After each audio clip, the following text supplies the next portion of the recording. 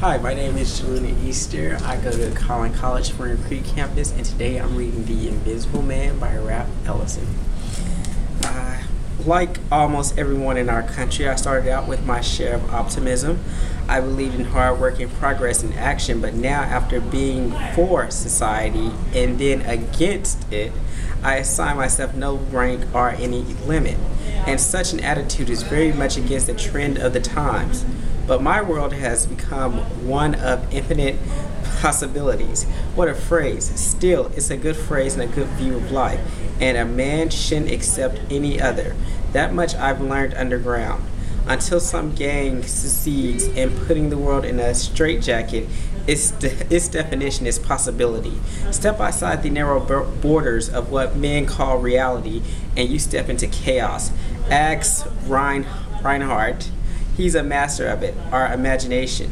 That too I've learned in the cellar, and not by disdaining my sense of perception. I'm invisible, not blind. No, indeed, the world is just as concrete, ordinary, vile, and sublimely wonderful as before.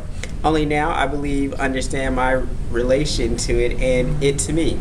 I've come a long way from those days when, full of illusion, I lived a public life and attempted to function under the assumption that the world was solid and all the relationships therein. Now I know men are different and that all life is divided and that only in division is the true health. Hence again, I have stayed in my hole because up above there's an increasing passion to make men comfort to a pattern. Just as in my nightmare, Jack and the boys are waiting with their knives, looking for the slightest excuse to, well, ball the Jack. And I do not refer to the old dance step, although what they're doing is making the old Eagle Rock dangerous. Whence all the positions towards conformability. Anyway, diversity is the word. Let man keep his many parts, and you will have no tolerant states. Why, if they follow this conformability business, they'll end up by forcing me, an invisible man, to become white, which is not a color but the lack of one. Must I thrive towards colorness?